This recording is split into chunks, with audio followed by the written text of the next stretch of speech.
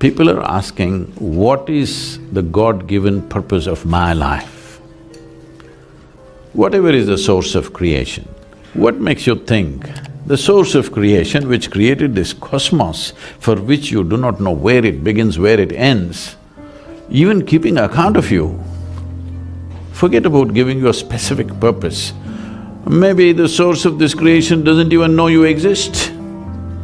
Hello? Because this very solar system is a tiny little speck in this cosmic space, isn't it? Tomorrow morning, believe me, if the entire solar system evaporates, nobody will notice it. That's how small it is. In that speck, planet Earth is a micro speck. New York City is a super micro speck. In that, you are a big man. This is a serious problem. You think there is a God-given purpose for you. This is the peak of human arrogance. Because all this is coming from the basis that has been spread in the name of religion and faith and whatever, that the existence is human-centric. Existence is not human-centric. We're just one more creature, which happened recently according to the evolutionary sciences, yes? As human societies, we have issues, we have problems, we have struggles. Whatever you think needs to be sorted out, and whatever you think is your aptitude to sort out, you pick up that damn thing and sort it out. It's not any God-given mission. You got to do something useful, because there is some joy in solving something. This is all the choice we have. You can either be a part of the problem or part of the solution. If you enjoy being part of the problem, do it, there'll be consequences. Yes, sometimes it's fun to create problems. Yes, it is. But it'll have its own kinds of consequences. The only thing you have to learn is do whatever the hell you want, just do it well.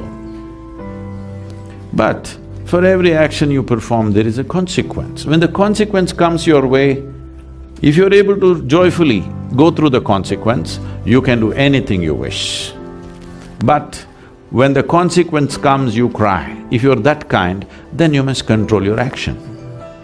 You are creating such a level of conflict within yourself for every simple thing that you think you could always be doing something wrong, something wrong, something wrong. Well, joyfully do something wrong, it's okay.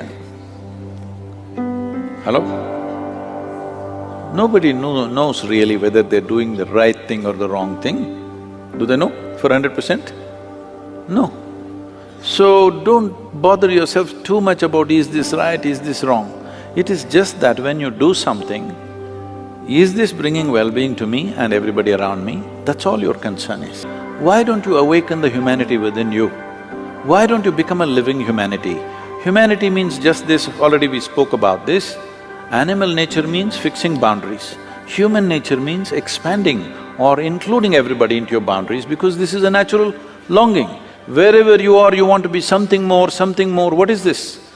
This is because your intelligence has come to a place where it doesn't like boundaries. It wants to expand. This is human nature. Human nature is naturally inclusive. Animal nature is exclusive, it wants to fix boundaries. So instead of being in boundaries of right and wrong, even if somebody is wrong, let's include them and do the best we can. So do not waste your time in right decisions, wrong decisions. When you are reasonably balanced and clear and happy, not frustrated about something, make a decision, throw your life into it, something wonderful will happen. You may not do the right thing, but you may do a great thing, you may do a wonderful thing, that's good enough. How far will I go? What will happen? Well, that depends on various things, your own intelligence, your competence, and the times in which we exist. You should not discount the times in which we exist. At different times in history, different things take off. We may be in sync with it. What we are may be appreciated today, or what we are may be appreciated tomorrow, or what we are may be appreciated after we are gone. But whatever we did in our life, we did with total involvement, because life is in its involvement. life is not in its correctness. Your involvement must be unbridled. Whatever you do, see how everybody's well-being is included in this. If you are an inclusive process and you're involved, it is fine. Are you right or wrong? Right or wrong, till the last day of your life, you cannot really decide what is right and wrong. A human being, at least on this planet, you're the peak of evolution, physiologically at least. Yes? If other behavioral aspects, if we may have questions but physiologically at least, the most evolved creature on the planet. What the most evolved creature on the planet means is, it has the most complex neurological system and it has the highest level of cerebral capability. That means you can think, you can remember, you have memory. You have a very vivid sense of memory and a fantastic sense of imagination. An ant doesn't have such a vivid sense of memory, nor does he have any great imagination. He has some. But he has a presence of mind about the life that he is living. Because the education systems that you're going through right from kindergarten level is such that it is about everything except you. It's about everything else. Somebody is PhD in tourism, somebody is PhD in biotechnology, somebody is PhD in something. Nothing about this. How does this function? There is no attention at all. A human being functions. You know, you have a Kala Bhairava temple here. What this means is, a human being exists in 3 times. He lives because of the richness of his memory. How rich is your memory determines what you will do and what you will not do right now, isn't it so? So memory is important, the present experience is important, and how vivid is your imagination for tomorrow is very important. Right now the problem is, these things have all gotten mixed up because discipline of faculty has simply not come. Nothing has been taught to our children that there needs to be… Discipline means people think English kind of discipline, walking like this like idiots. Discipline of faculty is not there. Because of this, your own mind turns against you. What happened 10 years ago, you still suffer? Hello? What may happen day after tomorrow, you already suffer? Because there's no discipline of faculty. You don't know how to use your memory, you don't know how to use your imagination. Your memory makes you suffer, your imagination makes you suffer, and you think you're suffering your life. You are not suffering your life, you are only suffering the 2 greatest faculties of being human, vivid sense of memory and a fantastic sense of imagination, isn't it so? If you suffer the greatest faculties that you have, what can we do with you? If you suffer a ailment, understandable. If you suffer a disability, understandable. If you suffer your ability, hopeless case. Yes or no? You're suffering your capabilities. If you're suffering your disability, it's all right. You're suffering your capabilities. Because what life throws at us is not our choice always. We try to manage it to some extent, but it's not entirely our choice. Life may throw all kinds of things at us, but what we make out of it is 100% ours. If this one dimension, if we take charge of this, no matter what life throws at me, I will make this into a tremendous process for myself. Let it throw whatever. Doesn't matter what life throws at you, you will turn it into a possibility. You will not make anything into your problem because you are not a problem. This is a choice that every human being has, either for every situation. When I say every situation, there are only situations and situations and situations in our lives. When you don't know how to handle a particular situation, you call that a problem. What is a problem for you may be wonderful possibility for somebody else, usually is. Isn't it? There are no problems in life, they're just situations. You can either make it into a possibility or a problem. You can either you yourself become a possibility or a problem. This is a choice every human being has. But to exercise this choice, you have to be in a certain way within yourself. Within yourself, you are in a certain state of equanimity, balance and exuberance that no matter what life throws at you, you will make it into a wonderful possibility. Life can throw all kinds of horrible things. Don't underestimate life, it can do things to you. Yes? Essentially, the important thing is, this is a life.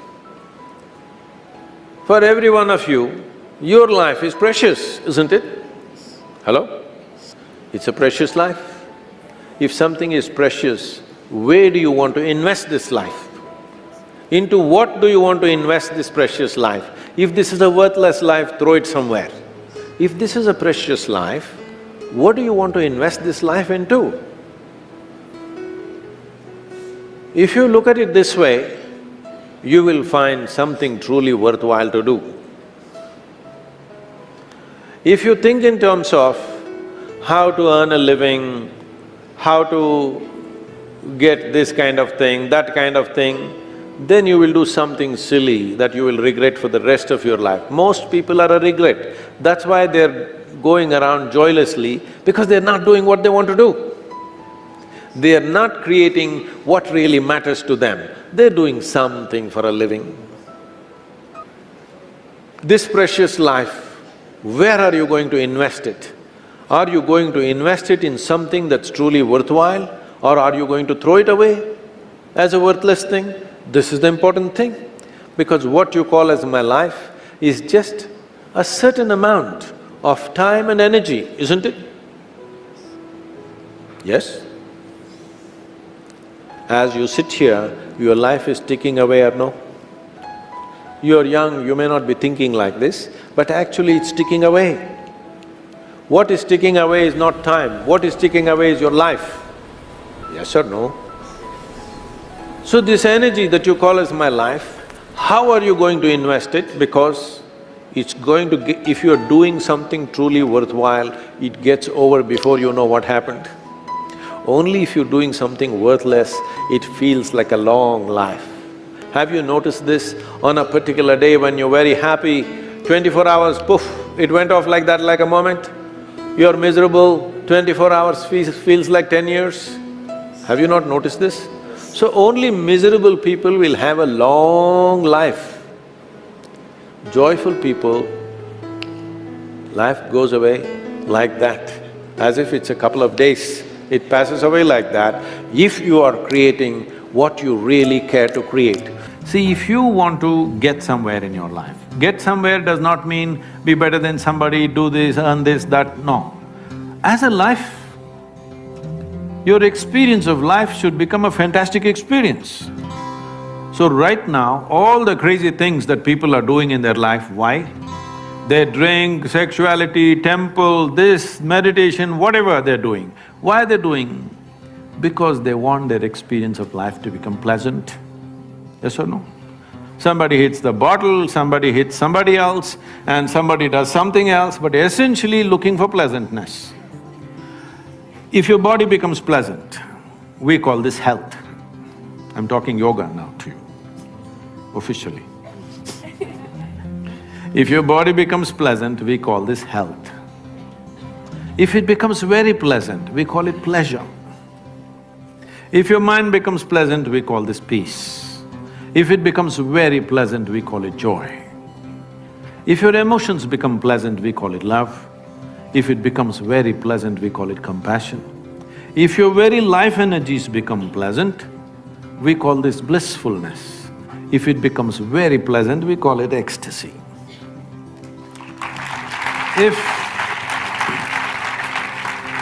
If your surroundings become pleasant, we call this success. Only for this last one. To make our surroundings pleasant, we need the cooperation of many forces around us. Many things have to fall into place. But to keep your body pleasant, mind pleasant, emotion pleasant, your life energy is pleasant, it's 100% your business, not good for the business. Isn't it 100% your business to keep this body, this mind, this emotion and this energy pleasant within yourself? I'm asking all of you, tell me, on a day when you're very happy, are you willing to do lot of things? Or a day when you're depressed, you're willing to do lot of things? When you're happy, you're willing to bend backwards and do everything possible. When you're little unhappy, how difficult it is to move you, isn't it?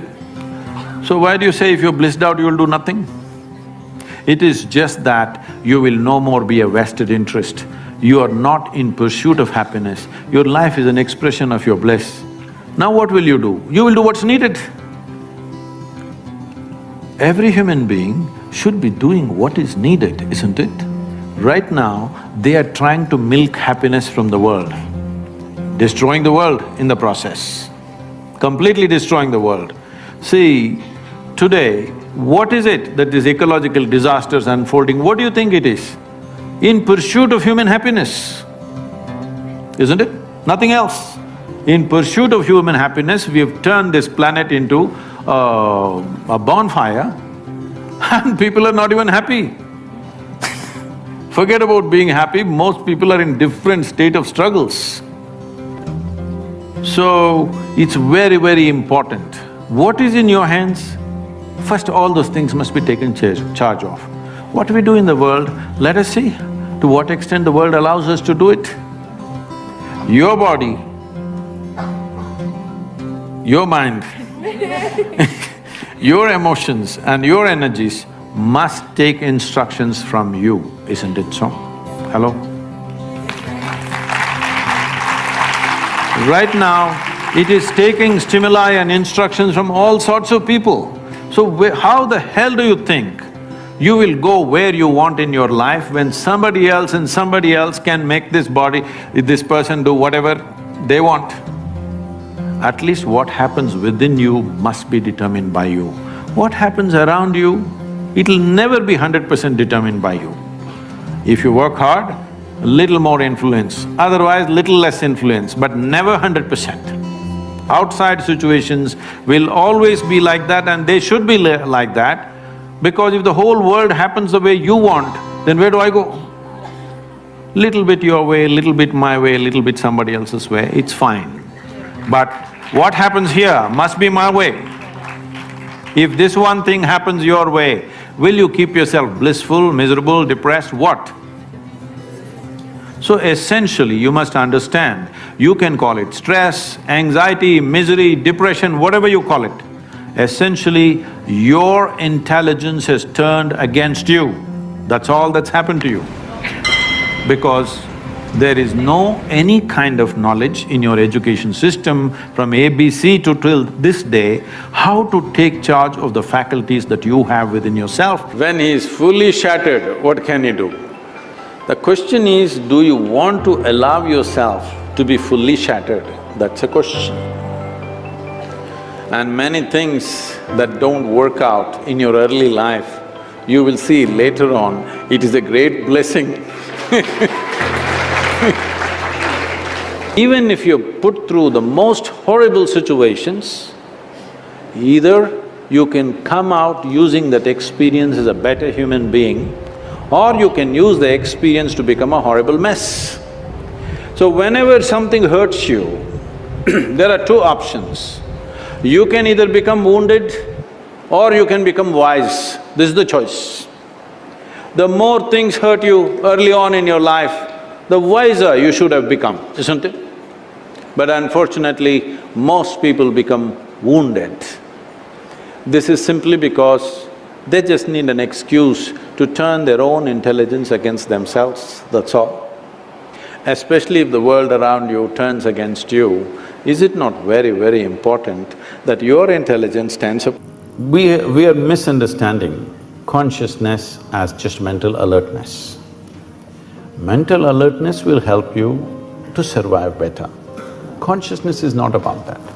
See, you know that you exist right now only because you're conscious, isn't it? You are conscious right now. That's why you know that you're here. Suppose you fell asleep. You don't know that you exist, isn't it? You don't know the world exists, nor do you know that you exist, simply because you're somewhat unconscious. Does it mean to say you're completely unconscious? No, you're still conscious when you're sleeping, but not conscious enough to notice the presence of many things. So consciousness is not whether it is present or absent, it is always there. The question is only the intensity and the volume of it. If we have to use an analogy, right now see, the lights are focused on us, so both of us are clearly seen. There are people hiding in darkness. Suppose you dim the light further, all these people will disappear, only two of us will be there. If you increase the voltage, suddenly they will all appear. They were always here. They were here all the time. Because the lights were dimmed, I could only see you and nobody else. If the lights were up, then you could see. This is all consciousness sees. Everybody is conscious. Question is how conscious. So to increase or to raise consciousness, what have we done in the societies? Our entire education system is just about survival, one being better than the other. How can you be conscious when you're competitive? When all you want to do is be better than somebody, your only joy is other people's failures. How will you be conscious? When you're enjoying other people's sufferings, other people's failures, this is what being number one means. I am the number one means what? You're number 10, that's my joy. So I think this is sickness. From kindergarten, you're spreading this sickness into children and you expect them to be fantastic, it won't work like that. You're paying too much attention to everything around you, not enough attention to this one. But the quality of your life is essentially determined by how you carry this one. Yes or no? This moment, what kind of clothes you're wearing, what kind of car you parked outside, what kind of home you live in does not determine the quality of your life. This moment, how joyful are you feeling within yourself determines the quality of your life, isn't it so? Nothing has been done about it. You think it'll happen in consequence and you're setting impossible goals for your happiness. If I have to be happy, my wife should be like this, my husband should be like that, my children should be like this, the world should become some other way. Well, these are impossible conditions you're setting for your happiness and peacefulness. Now that you have compromised yourself to peace, why I'm saying compromise yourself to peace is because a lot of people have given up aspirations for being ecstatic or blissful. If I'm just peaceful, it's enough. Even the so-called spiritual leaders are going about and saying peace is the highest goal in your life. Peace is not the highest goal in your life. If you want to enjoy your lunch today, you must be peaceful. Yes or no? If you're not even peaceful, there is nothing in your life that you can do in a worthwhile way. To be peaceful essentially means this, that you're not messing your mind. To be peaceful means that your system is at ease. You know how to conduct your mind, you know how to conduct your emotions, your body and your energies. You are peaceful. It is not a rocket technology, it is the most basic thing. You have a dog at home, you give him his food, he sits peacefully. Maybe not ecstatic, but peacefully. Many times they're ecstatic also. Yes? If your dog is able to sit peacefully, oh, he doesn't have to run my industry. That's not the point, he's got his own stuff going.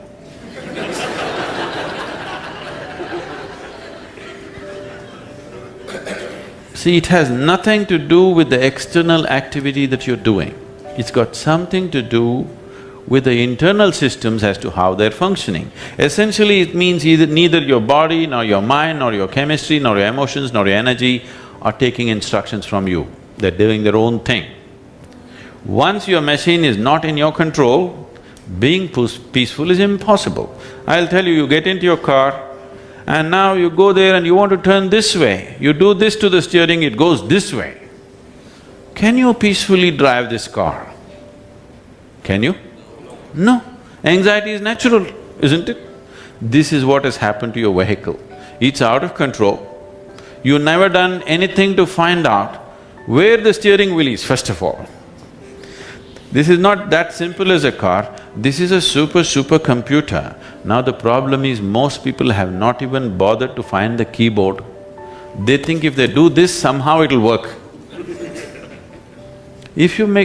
When you're given such a highly sophisticated machine, if you do not conduct it properly, it will cause many problems to you.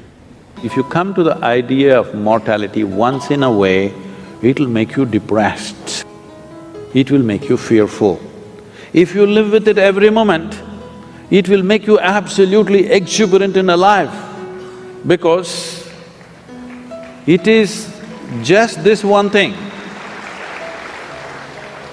that this is not forever, this is just for a brief period of time. And the more joyful you are, briefer it becomes. If you're ecstatic, it'll just vanish in no time. Yes? So if you want to stretch it, you need to make yourself truly miserable. Otherwise, it'll be just gone in no time. If you come to terms with this, if you live this way, that every moment you appreciate one thing and only one thing, because the most important thing in your life is you're alive right now.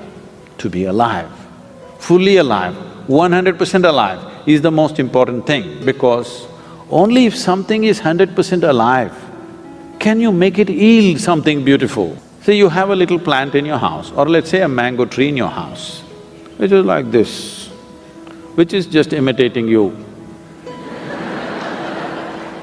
Can you make it come out with lot of sweetness? No, it's alive in a big way.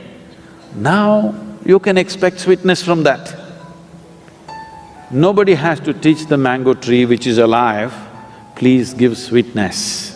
Anyway it will pour out, isn't it?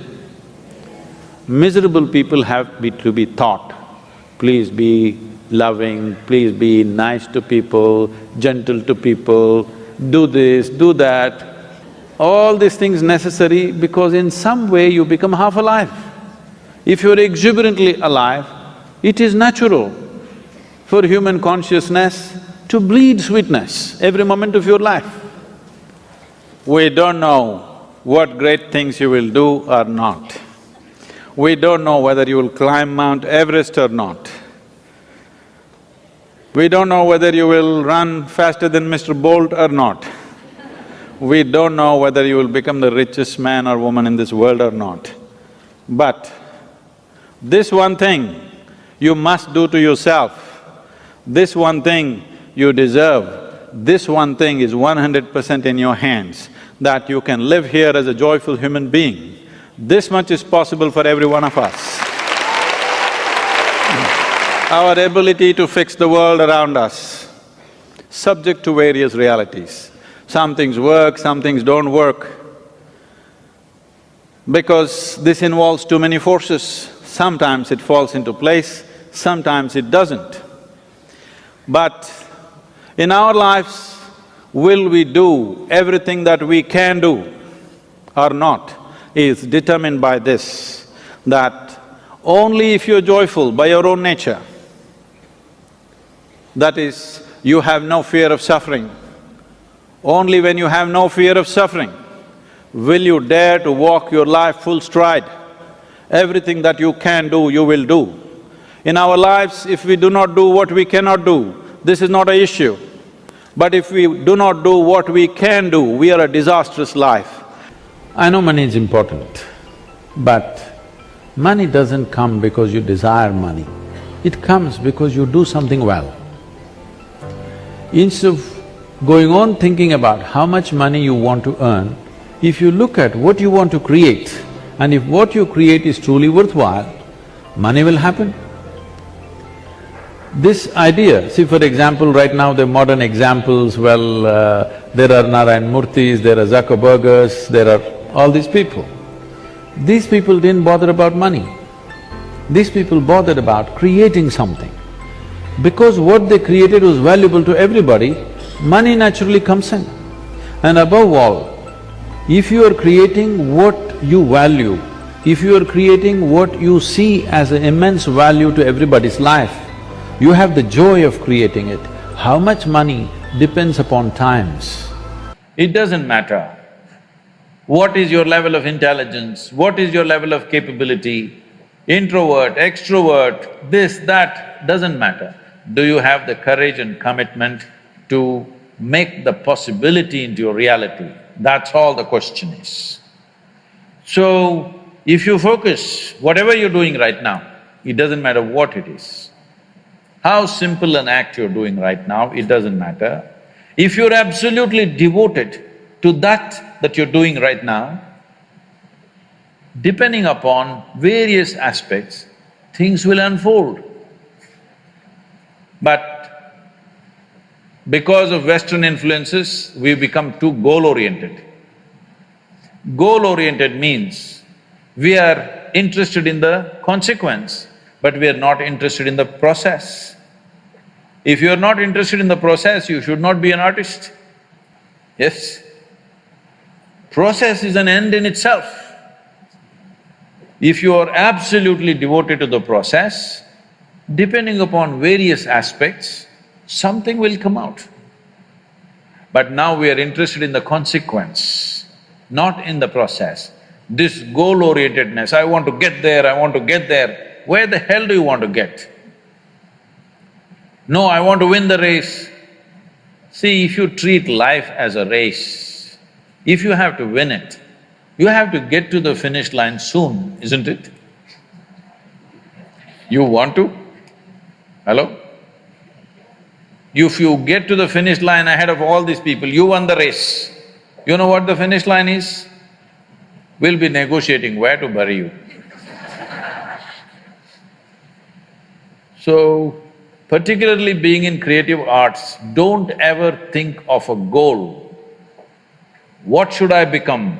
How should I be? What should I create? Don't worry about these things. If you're devoted to the process, something will come out.